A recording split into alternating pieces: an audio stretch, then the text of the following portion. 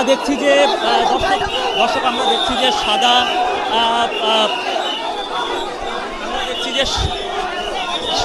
সাদা পাঞ্জাবি পরা সালমান এফ রহমান এবং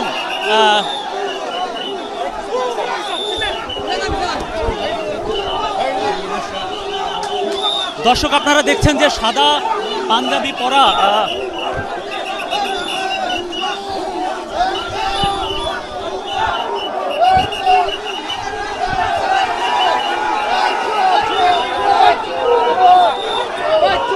আরএফএল ওয়ারড্রপ, প্রিয় সব পোশাক যত্নে থাকবে আরএফএল ওয়ারড্রপে।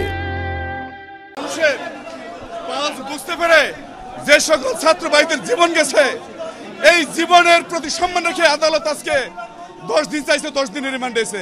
প্রত্যেকে দাবি করতেছে এই খুনির ধূসর এরা সারা বাংলাদেশের জনগণকে সর্বনাশ করে দিয়েছে, শত শত ছাত্রকে জীবন কেড়ে নিয়েছে।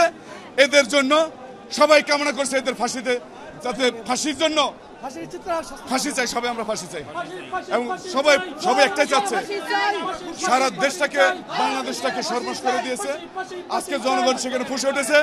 আপনারা জানেন যে সকল ছাত্ররা জীবন দিয়েছে, সেই ছাত্রদের এবং যে সমস্ত ছাত্ররা এখনো পর্যন্ত হসপিটালে জীবন মৃত্যু সন্নিক্ষণে তারা জীবন নিয়ে লড়াই করতেছে, বাঁচবে কি বাঁচবে না, শুধু তাদের সম্মানের দিকে তাকিয়ে আমরা তাদের পক্ষে আমরা আসছি এবং আদালত 10 দিনের রিমান্ড চেয়েছে, আদালত 10 দিন মঞ্জুর করেছে। আমরা তাতে সন্তুষ্ট।